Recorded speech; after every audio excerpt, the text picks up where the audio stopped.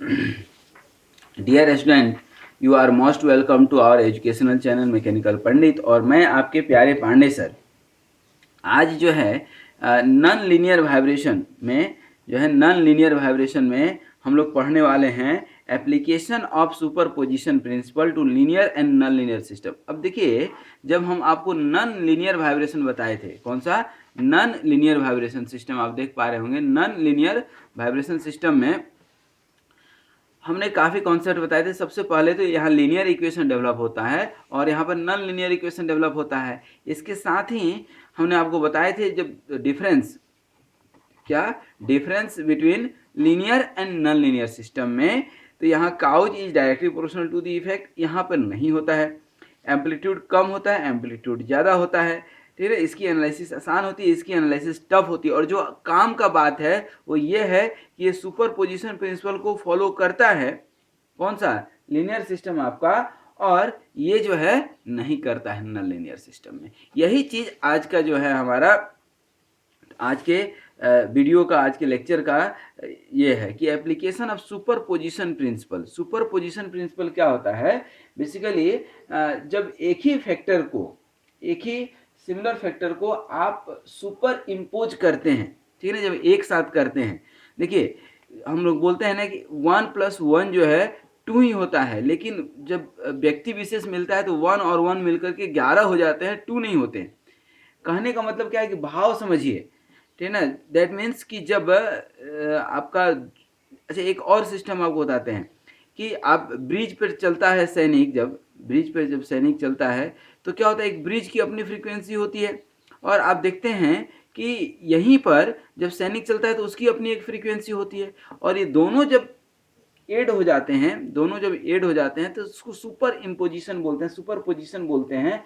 और वह जो क्राइटेरिया होता है रेजोनेंस का, दैट मस्ट बी अवॉइड, ठीक है ना, क्योंकि जब उस समय सुपर इम्पोज होगा तो एम्पलीट्यूड आपकी क्या होगी, बहुत हाई हो जाती है, और उस समय ब्रिज क्या हो सकता है, टूट सकता है। तो सबसे जो एक मेजर डिफिकल्टी है नॉन लीनियर सिस्टम की, ठीक है ना, तो उसकी है कि सुपर पोजिशन प्रिंसिपल को, ठीक है ना, फॉलो नहीं करता है, ठीक है ना। तो सबसे पहले तो हम यहाँ लिख दें कि non linear system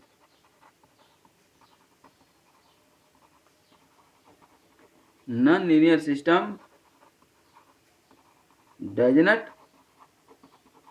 follow superposition. ये सुपरपोजिशन को फॉलो नहीं करता है, and that is the one of does not follow superposition, and it is the major difficulty, and it is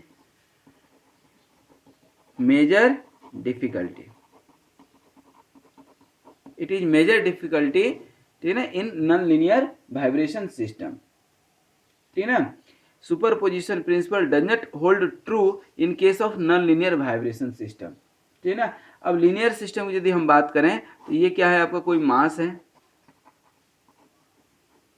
उसमें ये स्प्रिंग मास सिस्टम है, और ये डैम्पर भी है आपका, ये डैम्पिंग CX डॉट, ये KX स्प्रिंग फोर्स, और MX डबल डॉट, ठीक है ना, एक्सेलरेशन। दैट मीन्स कि आपका डिस्प्लेसमेंट x है, और इसके ऊपर आप फोर्स लगा रहे हैं F(t). तो इक्वेशन क्या होगा, linear equation MX double dot plus CX dot plus KX equal to F(t). तो ये क्या है, आपका लीनियर इक्वेशन है, ये क्या है, लीनियर इक्वेशन है, ठीक है। अब यहाँ पर जो है x1 जो है, ठीक है ना, यदि मान लीजिए कि x का हम आप जो है आपको हम बताए हैं कि x इक्वल टू आप क्या मानते थे, a साइन ओमेगा टी, यहाँ पर x का एक सॉल्यूशन निकालते थे, तो x इक्वल टू मान लीजिए कि x1 आपका सॉल्यूशन है, तो इक्वेशन क्या हो जाता था, ये mx1 double dot plus cx1 dot plus kx1 dot equal to f1 of t। और यदि x1 की जगह पर, ठीक है ना, x1 की जगह पर x2 भी सॉल्यूशन हो, तो ये mx2 double dot plus cx2 dot plus kx2 dot, sorry x2 और F2 ऑफ t। कहने का मतलब है कि x इक्वल टू आप a साइन ओमेगा टी भी मान सकते हैं, x equal to b sine omega t भी मान सकते हैं, दैट डिपेंड्स ऑन यू। और ये दो इक्वेशन को आप लीनियर सिस्टम में, यदि लीनियर सिस्टम है तो that you can add in case of linear system, ये सुपर इम्पोज कर सकते हैं आप, प्लस कर सकते हैं। कैसे? ये m x1 double dot plus x2 double dot, ये दो सॉल्यूशन है तो, और यहाँ पर c x1 dot plus x2 dot और plus k x1 plus x2, ठीक है ना, equal to f1 of t plus f2 of t। ये आपका सुपर जो है पोजीशन प्रिंसिपल होता था। तो यहाँ पर हम लिख सकते हैं कि लीनियर सिस्टम, देखिए आप यहाँ पर कि लीनियर सिस्टम फॉलो सुपरपोजिशन। लेकिन अब नॉन लीनियर सिस्टम के साथ देखिए, ये लीनियर सिस्टम आपने देख लिया कि ये कैसे जो है फॉलो करता है। अब नॉन लीनियर सिस्टम की यदि बात करें, नॉन लीनियर सिस्टम के पास, तो इन केस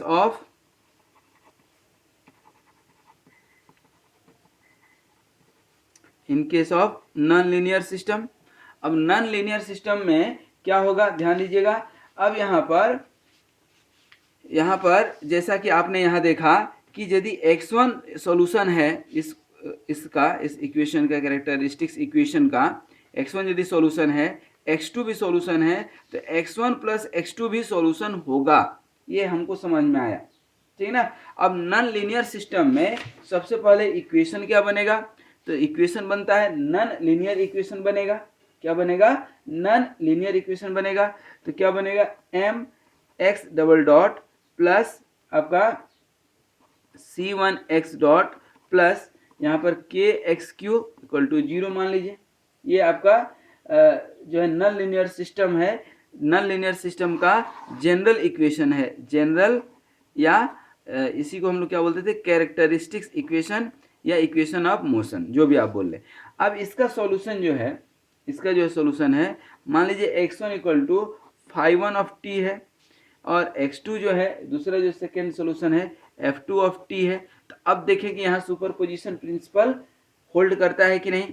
तो देखिए, तो जब आप f1 ऑफ t लेते हैं, क्या है f1 बोल रहे हैं, 5(1) ऑफ t लेते हैं x1 सॉल्यूशन में, तो क्या हो जाएगा m और ये x डबल डॉट की जगह x1, दैट मीन्स की 5(1) double dot plus c1 5(1) dot plus k और k 5(1) का क्यूब इक्वल टू 0, एक सॉल्यूशन। और दूसरा क्या हो जाएगा, m 5(2) double dot plus c2 5(2) dot plus k 5(2) का क्यू इक्वल टू 0, ये इक्वेशन नंबर 2, ठीक है। अब दोनों इक्वेशन को यदि आप ऐड करते हैं, ठीक है ना, एड इक्वेशन 1 एंड 2, तो क्या हो जाएगा, m 5(1) double dot 5(2) double dot plus c1, यहाँ c ही रहना चाहिए था, तो c और ये 5(1) डॉट प्लस 5(2) डॉट अब प्लस k और ये क्या हो जाएगा 5(1) q plus 5(2) q equal to 0। अब यहीं पर ये गड़बड़ हो गया, ठीक है ना, यहाँ पर ये गड़बड़ हो गया। यदि यहाँ पर आप कंपेयर करते हैं x इक्वल टू 5(1) प्लस 5(2), जैसे कि यहाँ लीनियर इक्वेशन में आपने किया था x equal to x1 plus x2, ठीक है ना, तो x1 प्लस x2, ठीक है ना।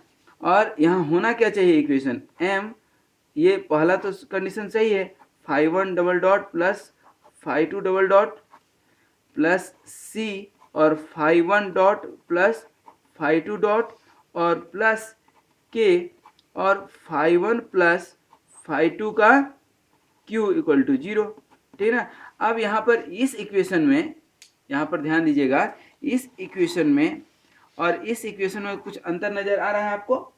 बिल्कुल आ रहा है,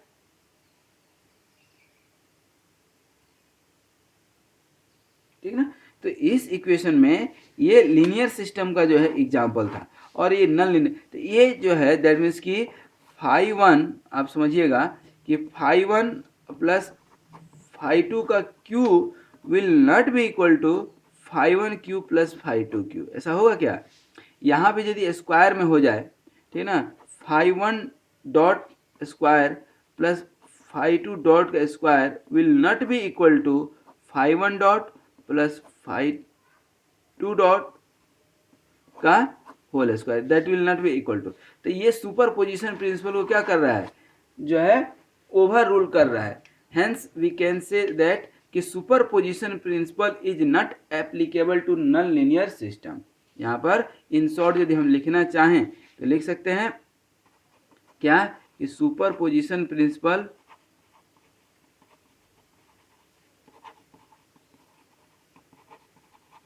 does not hold true to non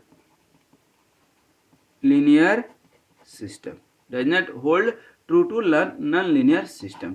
तो ये जो है आज हमने एक छोटे से लेक्चर में, छोटे से वीडियो में आपको हमने समझाने की कोशिश किया है कि हाउ द सुपर पोजिशन, पहले तो सुपर पोजिशन प्रिंसिपल क्या है ये आपको समझ में आ गया, और दूसरा कि किस तरह सुपर पोजिशन जो है प्रिंसिपल लीनियर सिस्टम में एप्लीकेबल है, नॉन लीनियर सिस्टम में एप्लीकेबल नहीं है। ठीक है, तो आज मैं उम्मीद करता हूँ कि इन सारे जो है कॉन्सेप्ट को आप समझे होंगे। बहुत छोटा सा कॉन्सेप्ट है लेकिन ये याद रखने वाला कॉन्सेप्ट है। तो once again thank you very much for watching this video and be happy, be healthy, keep smiling, keep watching all this video. Thank you very much, wish you all the best.